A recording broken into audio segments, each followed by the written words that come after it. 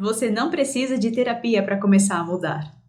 Você só precisa de disciplina, consciência e coragem. Hoje eu vou te mostrar 7 atitudes que, se você aplicar, vão melhorar muito a sua relação com você mesmo e com os outros. Eu mesma aplico essas atitudes na minha vida e por isso achei que seria interessante compartilhar. Bora? Olá, sejam muito bem-vindos. Gleice, psicóloga por aqui. A primeira atitude é começar a escrever. A escrita vai te ajudar a organizar o seu raciocínio da mesma forma como você organiza quando precisa falar. Este aqui é o meu caderno deste ano. Aliás, do ano passado. Eu esqueci que já estou em 2026. Esse aqui é meu caderno de 2025. É um caderno de 10 matérias. E isso aqui foi o que sobrou dele. Então, ano passado foi o ano que eu escrevi bastante. E talvez você esteja se perguntando: Tá, Gleice, mas eu vou escrever o quê? Você pode anotar os seus sonhos. E eu estou falando de sonhos que você sonha quando dorme. Mas você pode anotar os sonhos que você tem acordado também, por que não? Eu acho importante fazer isso porque os sonhos são cartas que nós escrevemos para nós mesmos quando a gente dorme.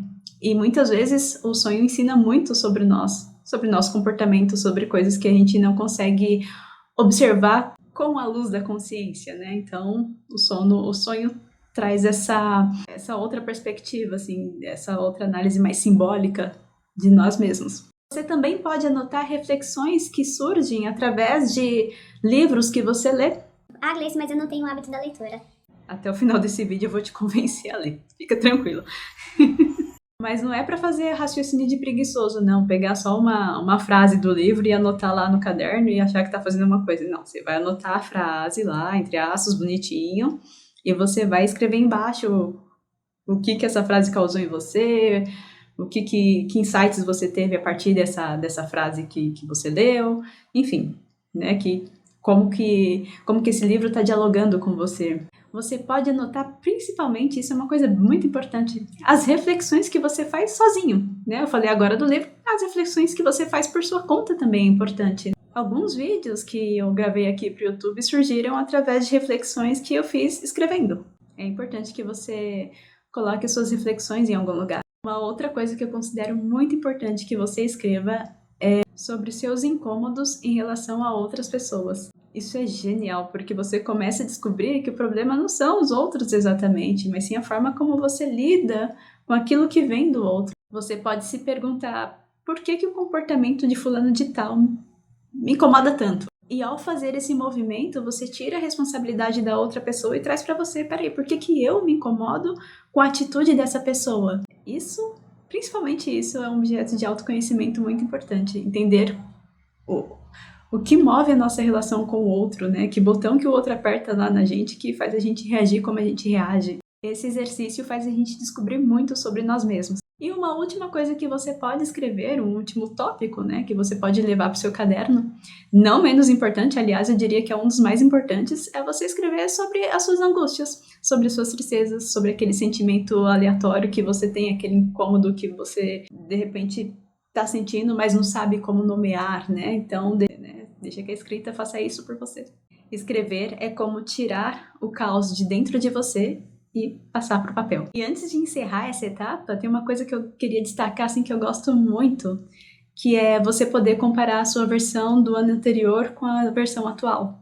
Eu sempre coloco a data quando eu escrevo, né? Então, como eu estou escrevendo quase todos os dias. E hoje mesmo eu peguei um texto que eu escrevi em 5 de janeiro de 2025 e comparei com algo que eu escrevi no dia de hoje. E eu acredito que essa é a melhor forma de comparação que existe, porque você consegue comparar a sua versão de agora com a versão que você foi no passado, há um ano, exatamente um ano, e você começa a observar o quanto você amadureceu nesse processo, o quanto coisas que você escrevia no ano anterior não fazem mais sentido hoje, os desafios que você tinha naquele ano que você ultrapassou no ano de agora. Então, eu acredito que essa é uma excelente forma de se comparar, né? É você com a sua versão do passado. E só a escrita promove isso. Nem terapia, é escrita. Segunda atitude, comece a meditar. Ah, Gleice, mas eu não gosto de meditação. Pois é, eu também não. Mas eu gosto do efeito da meditação. Você já deve saber que a meditação tem vários benefícios aí para a saúde. Enfim, se você não souber, também dá um Google que você vai ver lá todos os milhões de benefícios que a meditação pode trazer. Mas tem um em específico que, como psicóloga, eu gostaria de destacar, que é a meditação te ajuda a perceber que você é um ser que pensa. Ah, Gleice, mas eu já sei que eu sou uma pessoa que pensa.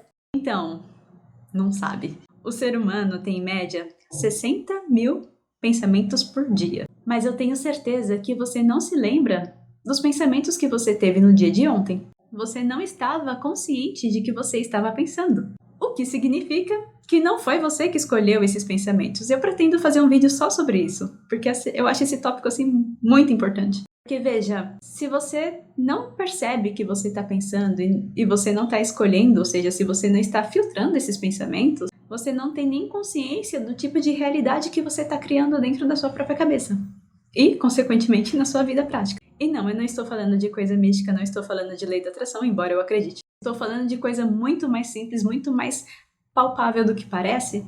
Se você acredita internamente, se você ouviu a vida toda, por exemplo, e você gravou essa informação dentro do seu inconsciente de que você é uma pessoa ruim, de que o mundo estaria melhor sem você, de que você não faz as coisas direito, você não percebe, mas esses pensamentos ficam rodando na sua cabeça diante das situações que se apresentam como desafio para você. E isso faz com que você dê sempre as mesmas respostas para situações. Imagina comigo, vamos supor que de fato você acredite que você não é bom o suficiente em alguma coisa, como eu mesma acreditei e de vez em quando me pego pensando nisso. Você acredita que as situações vão ser mais simples ou mais difíceis para você?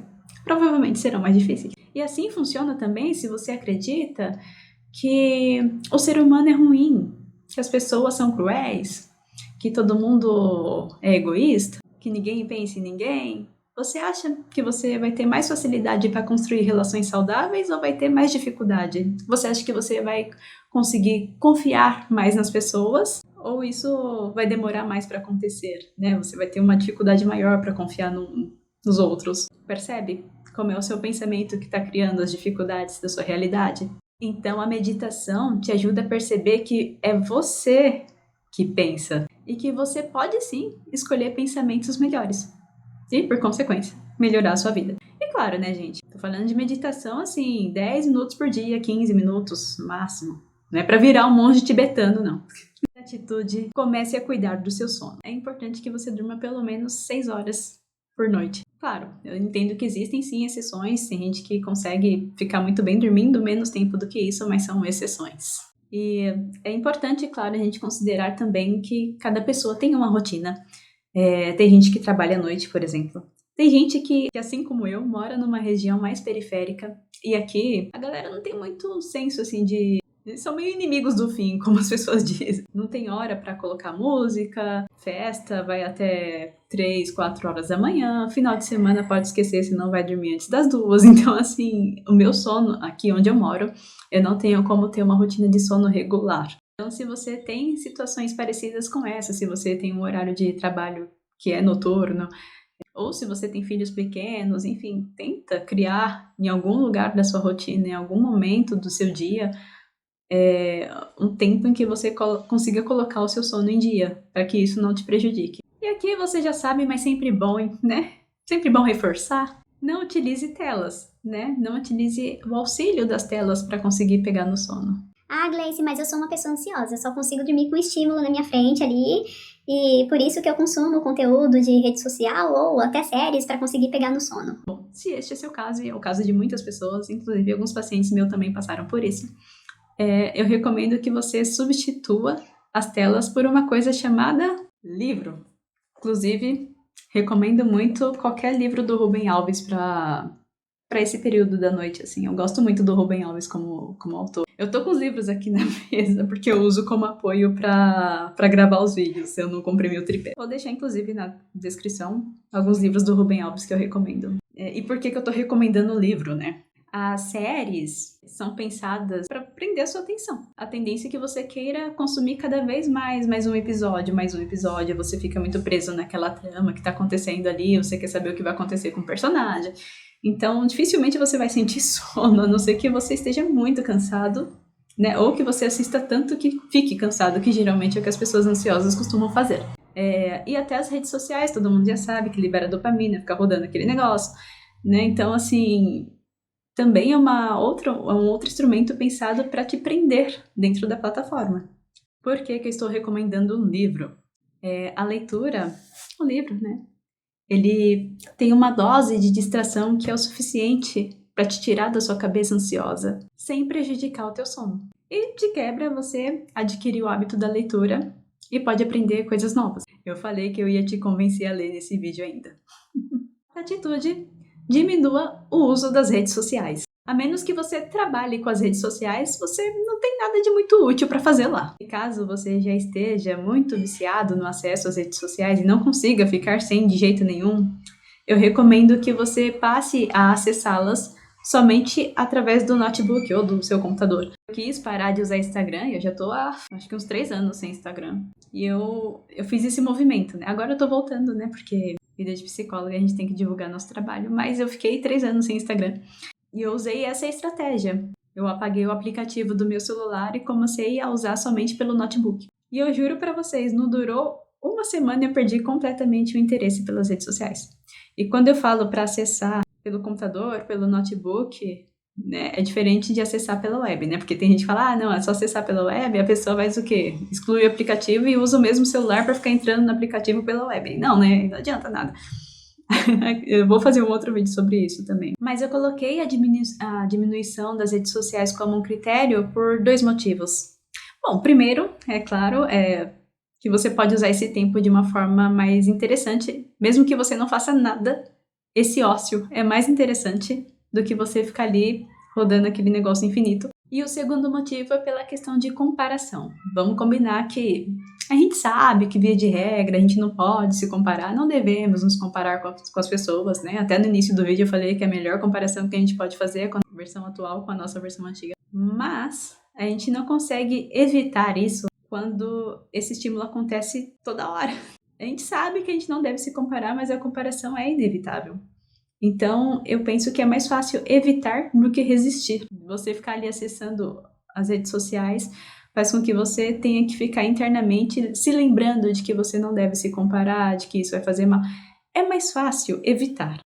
Bom, até aqui, essas atitudes que eu passei são coisas que você pode começar a colocar em prática hoje mesmo. Mas, a partir de agora, eu vou falar de coisas que demoram um pouco mais pra gente aprender a fazer.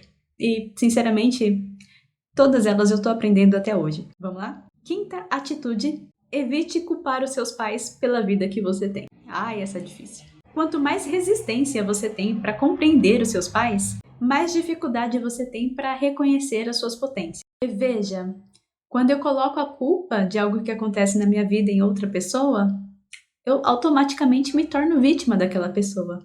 E vamos combinar, uma vítima não tem poder nenhum. E sim, meus amores, faz parte sim do processo de psicoterapia compreender por que você se comporta como você se comporta, por que você pensa como você pensa, de onde vieram os seus traumas. E por conta disso, os psicólogos, junto com os pacientes, né, se propõem a investigar a infância, né, do paciente, né, no caso, e para entender por que essa pessoa funciona como ela funciona. Mas o erro de muitos profissionais, inclusive eu mesma já cometi várias vezes esse erro, é justamente se prender nesse lugar, né? Ficar eternamente elaborando ali todos os erros que seu pai cometeu, que sua mãe cometeu. Ficar preso nesse looping, né? De compreensão eterna, de colocar todos os problemas que você enfrenta hoje na conta dos seus pais, é uma grande perda de tempo. E isso não tem nada a ver com autoconhecimento. Essas voltas que a gente faz na infância tem que ser sempre algo pontual até, para compreender. E a partir disso, você começar a trabalhar em cima dessas coisas para deixar de ser produto do meio e passar a se tornar produto de si mesmo. Isso é muito, muito importante que você tenha em mente. Eu já vi muitas pessoas de 40, 50 anos que sofreram, ainda sofrem por questões que aconteceram quando elas tinham, sei lá, 10 anos de idade, por um trauma que aconteceu quando elas eram crianças. Você percebe que quando isso acontece, o tempo de sofrimento é maior do que o tempo do trauma. Ou seja, aconteceu aqui quando ela tinha 10, ou até os 10. E ela tem 50. Olha o tempo que ela passou sofrendo por uma coisa que aconteceu nesse período aqui. O tempo foi maior do que o trauma. Isso não é para acontecer. Quando isso acontece, ou se isso estiver acontecendo com você, saiba que o programinha que está rodando no seu cérebro é o mesmo que estava rodando quando você tinha lá aquela idade. Ou seja, você não percebeu o que você está pensando. Volta lá na meditação, né? Precisa entender que você tem esse hábito, esse padrão de comportamento no campo dos pensamentos. E precisa romper isso.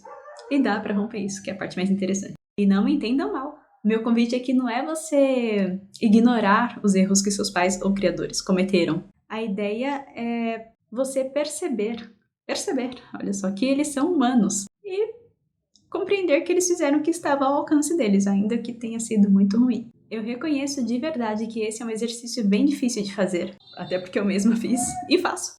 Mas é importante que esse exercício seja feito, mesmo que ele seja bem difícil. Sexta atitude: parar de julgar as pessoas. Eu sempre brinco com meus pacientes que o chicote que você usa para bater no outro é o mesmo que você usa para bater em si mesmo. O julgamento, a crítica e até a fofoca, na verdade, são verdades suas que você não tem coragem de olhar. Pensa comigo, imagina uma pessoa que tá com muita raiva de você, especialmente. E aí essa pessoa tá brava com você, fala um monte de coisa, briga com você.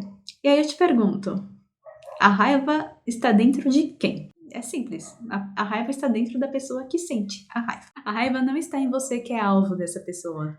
A raiva está dentro dela. Só vai estar dentro de você a partir do momento que você se identificar com aquilo, né? E comprar aquilo e querer ter razão e tudo mais. Mas até o momento, quando a pessoa chega com raiva, é ela que está com raiva. A raiva está dentro dela. E a mesma coisa funciona para o julgamento.